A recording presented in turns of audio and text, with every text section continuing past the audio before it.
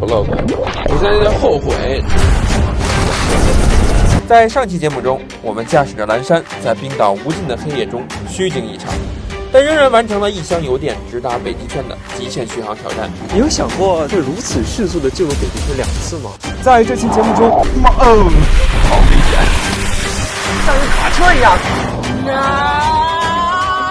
Unbelievable! It's a dream.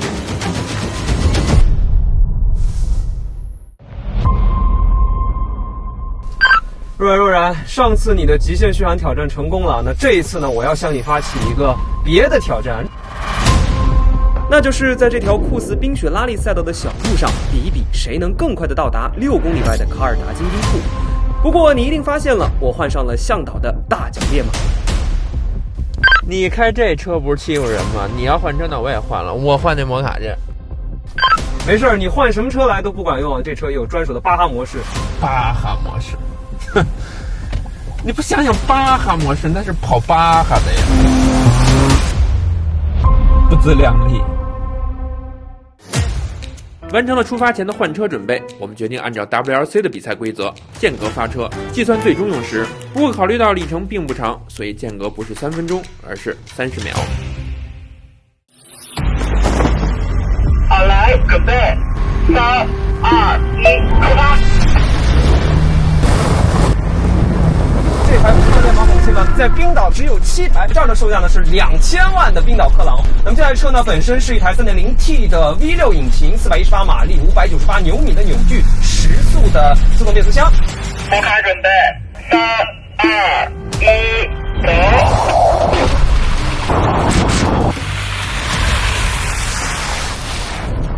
底盘呢抬高了3英寸，为了加装一个42英寸的大脚轮胎，拿捏这个小摩卡应该还是完全没有问题的。哎，等等，小摩卡，我虽然排量只是你的1半，可系统总功率350千瓦，相当于469马力呢，比你的 3.0T 动力可强。扶你，屁股开始摆了啊！全都是冰雪水的混合物。好，你明显的能感觉到动力在过弯的过程中会分配给后轮，它推着你就过弯了，这样就不会推头。又是一个大急弯，哎呀，这个大脚车现在最大的问题就在于它的转弯半径实在是太大了，像一个卡车一样。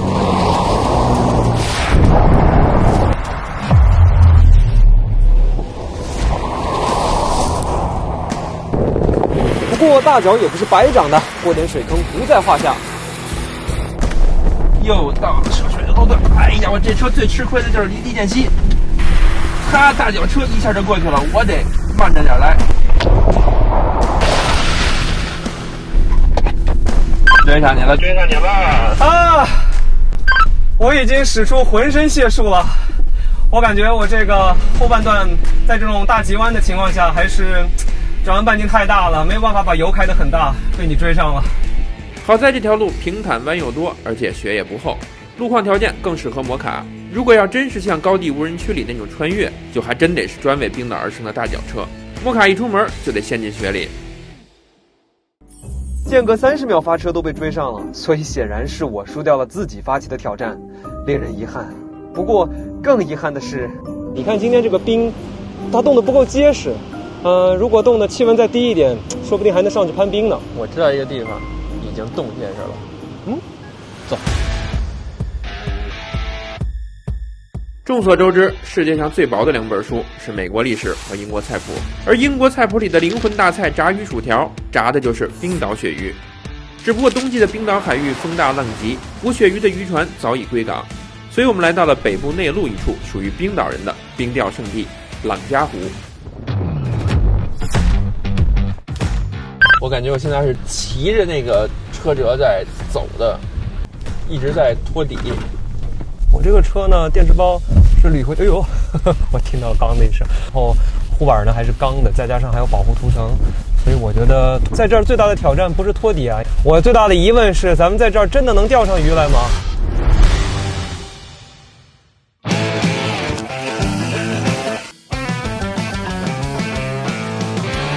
这个与专家跟我说，这样趴着可以近距离的观察到湖面下水鱼流的游向。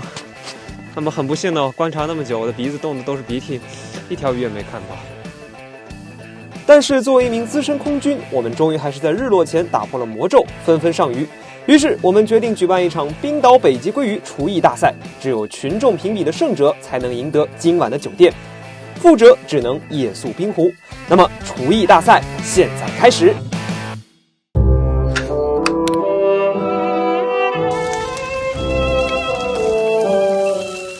You started to cook? Yeah, don't mind Oh, about that's pretty cool.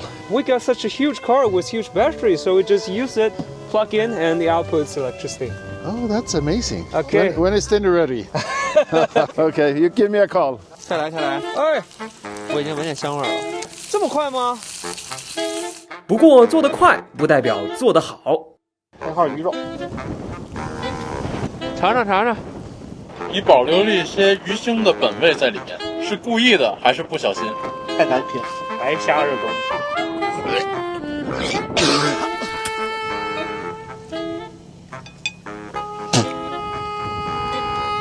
鱼汤来了，哇，我来尝尝，我把刚刚煎的鱼，然后稍微做了一下家乡的味道，非常好吃。先下鱼板面。冰岛小当家。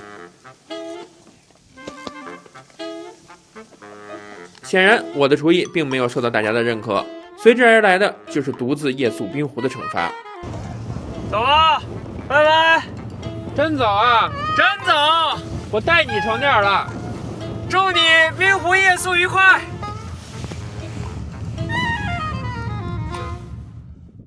刚6点1刻，这可真是漫漫长夜。有了好音响，再加一个大电视，那不是打游戏的最佳装备吗？哇，追呀！哎呀，这个漏的！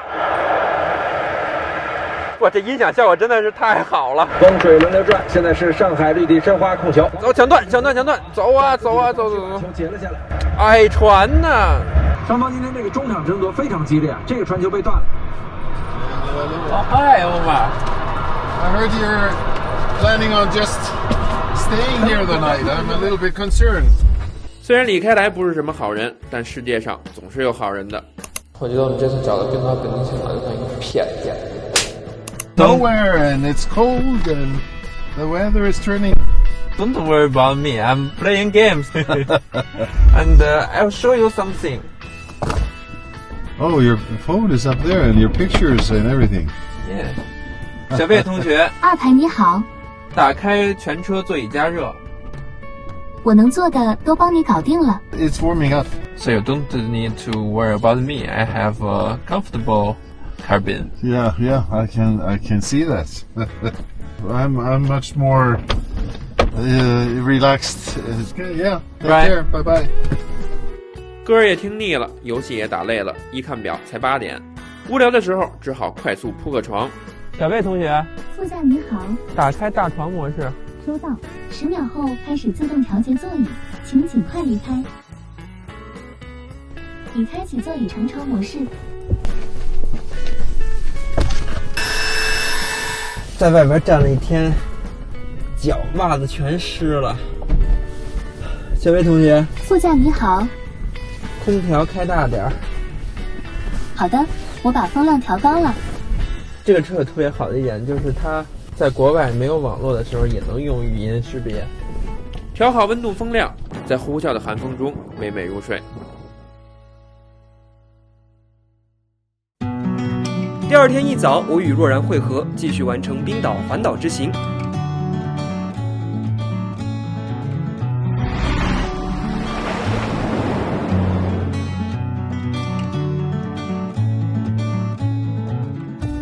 在北部城市阿克雷利，我们还遇到了有趣的新型红灯。正常来说呢，蓝山在爱塞特的状态下是能够支持红绿灯启停的，但是在阿克雷利不行。你看它识别不到这个路上的红灯 ，SR 界面上没有显示，这是因为阿克雷利的红灯是新型的。红灯设计成新型，是因为在金融危机时，当地政府希望通过这种小细节来鼓舞人心。不过最近冰岛国家交通局准备取缔这种设计，因为吸引了太多游客拍照，影响交通安全。不过他们没想到的是，这也会影响所有车型辅助驾驶功能的正常使用。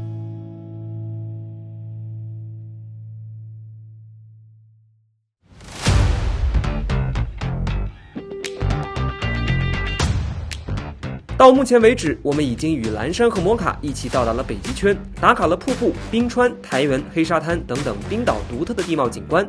但是冰岛最著名的温泉和火山我们还未涉足，所以我们一路南下去寻找一处最极致的温泉。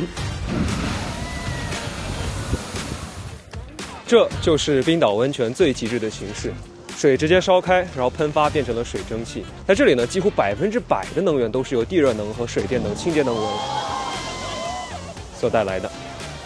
所以呢，在冰岛这样一个极度寒冷的国度，虽然呢这里根本不适合电动车，但是呢这里的地热能以及电能带来的清洁能源，使得电动车在此非常的普及。除了清洁能源和电动车，冰岛非常普及的还有中国游客。哎呦，怎么一绿牌？还真是咱们中国兄弟。我还有一个河北的车。是欧洲电车，除了某几个尖端的品牌，我觉得跟中国车差距还是很大的。我觉得中国车在北欧乃至整个欧洲市场都是会大有作为的。当然，2台中国车不只吸引着中国游客，更吸引着全世界游客的目光。晚上好。打开后排娱乐屏。后排娱乐屏正在调节中。Yeah, look at television. No, it's a house. Unbelievable. It's a dream. Only 45,000. 45, right? Yes. Oh my God. 45. No, is it cheap? It's super cheap. I like the white interior, very classy. You can guess the price. If it was like a German car, I think would be sold nowadays 80, 90,000. 80, 90? Probably 100. You can go way more lower. Yeah, I think this is 55. Wow. 55, supposed to be 45. 45, yes. That's why many people buy them. Well, the thing is, before most of the cars, even if they were European brands, they were still basing most of the things from China and just putting some more overpriced things. Now with all the new cars coming from China, they have the still same quality, even probably higher, lower price. Very nice technology I've seen. The thing is, in Europe probably we're a bit biased. Like we are so much used to the big brands like Audi, BMW, all this type American still, and Chinese they are coming. 伴随着全世界游客的点赞，我们前往了本次冰岛环岛的最后一站。位于首都雷克雅未克东南的埃尔德堡火山，这既是我们打卡的最后一种地貌，也是在冰岛画的这个圈的最后一段。而巧合的是，埃尔德堡火山坐落于 Blakfjord， 翻译过来就是蓝山。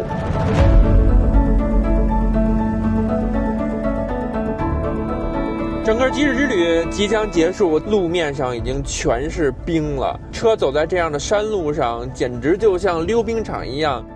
而在风雪之中手脚并用爬上蓝山的火山后，我们才发现日常的火山也不过如此。至少有一个事实，现在已经可以 fair to say， 冰岛的蓝山确实比不上中国蓝山。虽然结尾并不壮观，但我们仍然第一次开着中国新能源车完成了冰岛的冬季环岛行。在这个最不像地球的国家，我们跨越冰河，与万年的冰川合影。一箱油电穿越千里冰雪，抵达北极石阵，还在冰湖上钓鱼露营。如果总结这趟极致之旅的经验，除了需要一台稳定靠谱的车，最重要的是